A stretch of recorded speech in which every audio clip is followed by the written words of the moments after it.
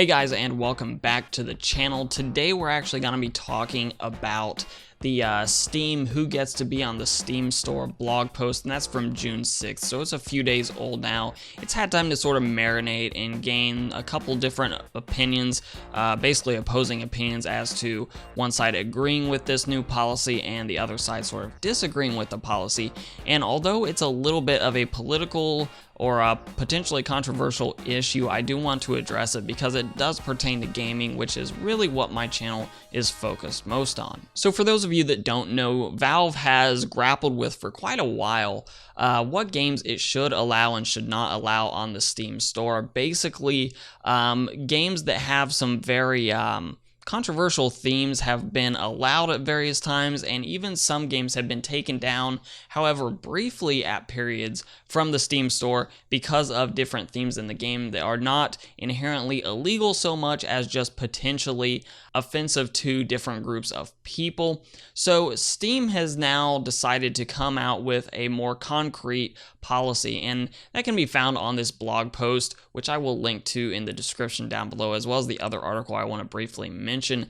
But the key aspects here are about halfway down the blog post. We actually get this this paragraph here that reads, "So we ended up going back to our principles in the forefront of our minds when we started Steam, and more recently as we worked on Steam Direct to open up the store to many more developers." And the key phrase here is Valve should not be the ones deciding this. If you're a player, we shouldn't be choosing for you what content you can or can't buy. And if you're a developer, we shouldn't be choosing what content you're allowed to create. So skipping down again to near the end of the blog post, what does this actually mean for the end user? It means the Steam store is going to contain something that you hate or don't think should exist unless you don't have any opinions. That's guaranteed to happen. But you're also going to see something on the Steam store that you believe should be there, and some other people will hate it and want it not to exist. So the key here is that Valve is deciding to take a hands-off approach, saying that if it's not illegal and it's not blatantly trolling, it's going to be allowed on the Steam store, whether a group agrees with it or disagrees with it. That, in Valve's mind, is not its place to decide. And now the counterpoint has come from several different sources. I'm actually going to be using the PC Gamer article that was Steam's new anything goes policy is doomed from the start. And this is from Tyler Wilde. But the paragraph that really sums up the opinion of people that think this is the wrong move by Valve comes from Tyler here, and it's, as the largest PC games distributor, Valve has a responsibility regarding what it chooses to sell and what it chooses not to. We already knew Valve's stance on that responsibility. Ever since Greenlight was proposed, Valve has been saying that it does not want to decide which games get a chance at success on Steam.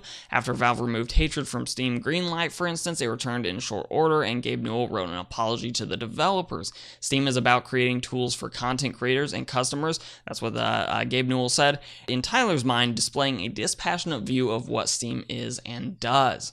So the idea here is that Valve, at least from Tyler's perspective, and anyone that agrees that this is the wrong step, or at least most people that agree this is the wrong step, it's summed up here by saying, look, Valve is the largest PC gaming player right now, at least as far as game distribution goes, and they have to, as that largest game distributor, they have to take an active role in the responsibility regarding curating content that is on their store.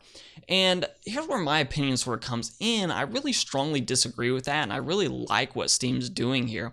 And this isn't because I necessarily endorse different games, and Steam even says that in their blog post here, that it means that the games that we allow on the store will not reflect Valve's values, at least not necessarily. The thing here is that by letting consumers have all the games available to them, it lets the marketplace weed out the games that are very unpopular or extremely offensive to large groups of people. So if a game is made that's very offensive to a large group of people, it just won't get purchased by many people. And sure, there will be some trolls out there that ante up and pay for the game just because they want to see what it's all about. But by and large, people will not buy the games that they find offensive, and those games will flounder, and ultimately the developers that created them are trying to make money, so they will in the end not make their money back, and those types of games will not be made by that developer anymore. In addition, Steam has a refund policy, so if you actually stumble into a game, maybe you bought it on a whim or on a bad recommendation from a friend or something, and you get about an hour into the game and realize, whoa, this game's a little bit offensive to me, I don't like this, you can just refund it and get your money back. So that's not really doing you a whole lot of harm. Sure, you may get exposed to a brief amount of something that's offensive, but again, you can return it and get back out of that purchase and not lose your money to it. Now, the last thing that I want to address that I've seen sort of brought against this new policy from Steam is that you were actually going to be upsetting a lot of people, because now instead of having a handful of people upset because something that they wanted to exist is not allowed on Steam, now you're going to upset everyone because everyone will find some things on Steam that's offensive to them.